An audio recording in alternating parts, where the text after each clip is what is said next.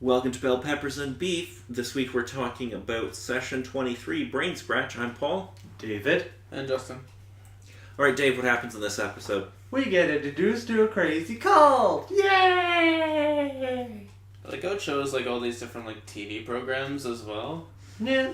Showing off this this religious cult and stories behind it and what this device is and whatnot.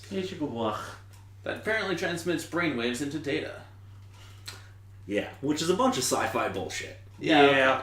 Aside from the actual design of thing, again, it was around 1998 that the series was sort of introduced here in the States. 1998.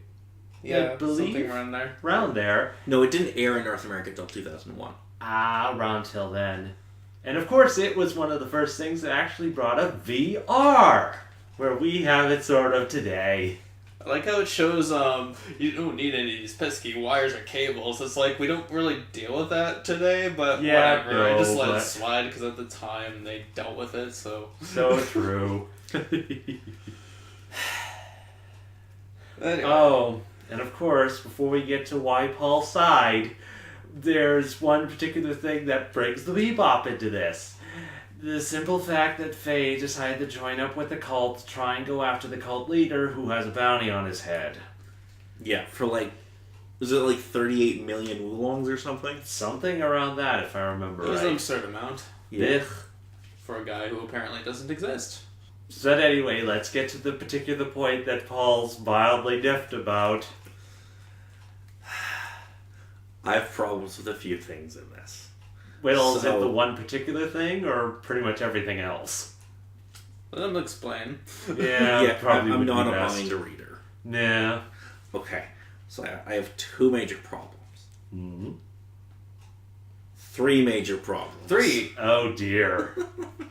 One, they cancelled Big Shot, and that's bullshit. Oh Yeah. It was the last episode Yeah, it of Big is. Shot. Unfortunately. I think pretty much all of us kind of share the female co-host's reaction for everything that sort of happened with Big Shots. Alright. 2, the main villain isn't even a fucking person. We'll get into more this? details about that. No, not really. And 3, Ein. The Data Dog. Because I forgot he was a data dog. So I was like, why the fuck is Ein haxing? Ein can hacks because he's the Data Dog. He was programmed and taught how to do it. A point that you forgot from episode 2 or something. That hasn't been brought up since. Hey, you should just be happy that they did bring something back. Hey, Well, okay, fair point. Because Maybe- normally they would just drop that shit like it's hot. it was also the reason why the dog answered that one call that one time. I don't know. Yeah, that's definitely He knows a how to decent use point. it. Bullshit. He goes boop. No. That's a bridge too fucking far. Okay, I don't know. But anyway, before we continue on, what did Spike expect when he decided to try and pour his beer into the meal to supposedly make it better? Ed had the right idea of putting milk into it. That's perfectly fine. But yeah, Spike goes ahead and just pours his beer drink into it. What did he expect when he supposedly tasted it? His beer drink? It was in a can. I love the phrase beer drink. That's funny. Okay, so what happens after that, Dave? After those particular parts, Faye continues on her trek to try and get the bounty, succeeding and knocking herself out. Well, mostly from the data waves of the other thing, but And Spike tries to join quote-unquote join the cult to try and meet with their leader. So and true. just kind of being denied at every corner. So true. And Jed, of course, gets stuck in a torture that we all know far too well. Standing in line, getting the video game system. I've never waited in line for anything. Yes, you and your online ordering of things. Well, it's just like the Wii or something like that, and it's always sold out at that time. Meh. Could never get your hands on one. Unless you worked in an electronics store. Hmm. Well, then again, I have my Wii day one, but that's just magic, I guess. Meh. So, succeeding in picking up this gaming system and trying this supposed cult thing out for himself, Jet nearly gets himself killed. And it's called Brain Dream. And I love that it's called Brain Dream. Meh. Because that's... Oh. But of course, who else would come to the rescue but Ein, by delivering a swift bite to his leg. Yep. Yeah. But hey, Ein knows what's up. And oh boy, after Ein kind of gives everybody the spiel, and they sort of figure out who the main bounty person they're looking for is, we get Jet and Ed go into the hospital to meet up with the guy. Oh yeah, that happens.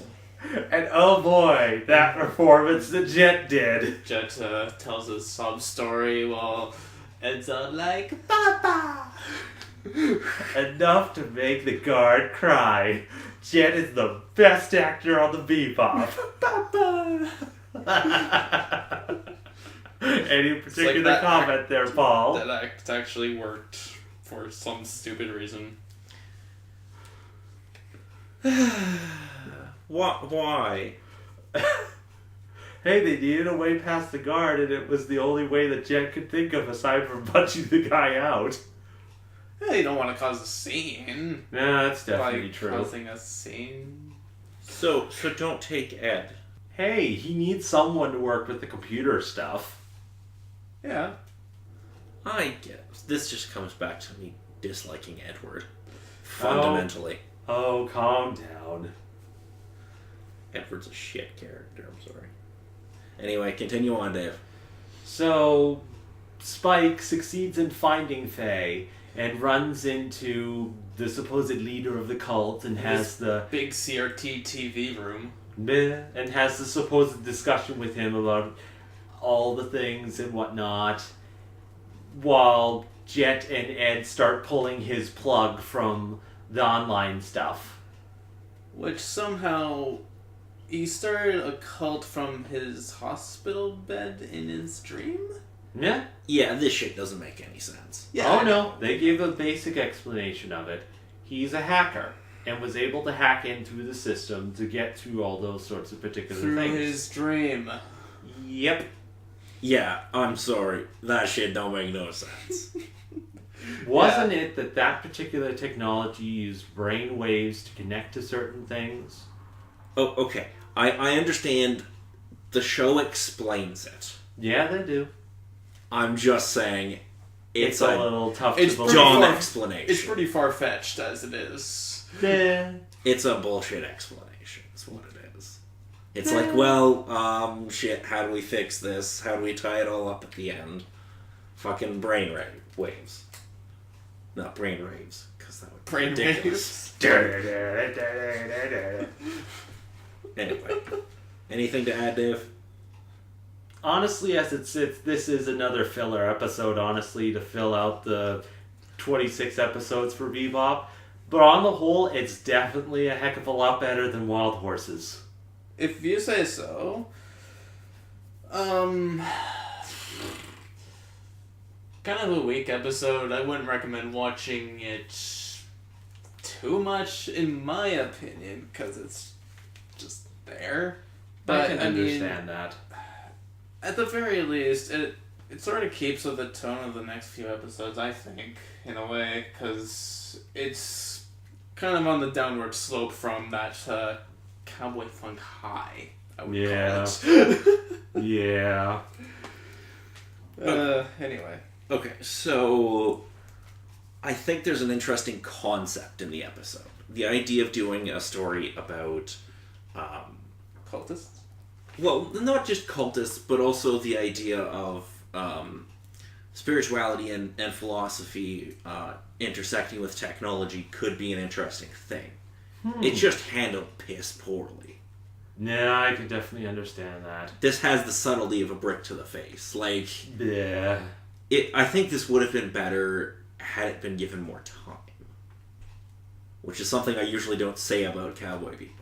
But I think if this was an hour, they would have had time to expand on a lot of ideas and stuff, and it would have been much more interesting. Maybe this guy wouldn't just be some guy in a hospital bed.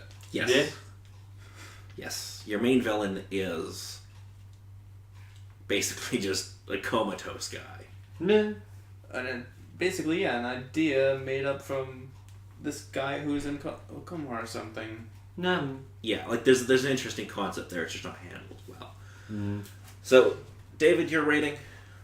On the whole, it's alright for an episode.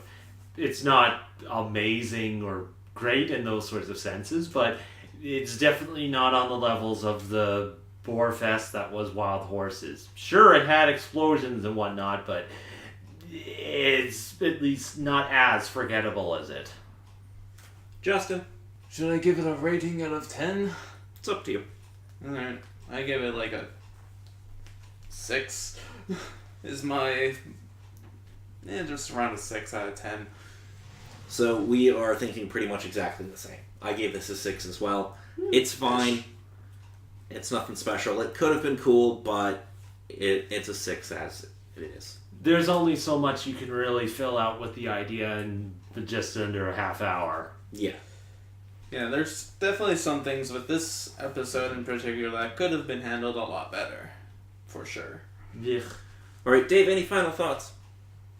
Brain sketch. Justin? This is the last episode of Big Shots. I quit! Someone call my agent. You don't have an agent, Dave. Possibly a good thing. Alrighty. Well, I think that's going to be it for this week. I'm Paul. Dave? And Justin.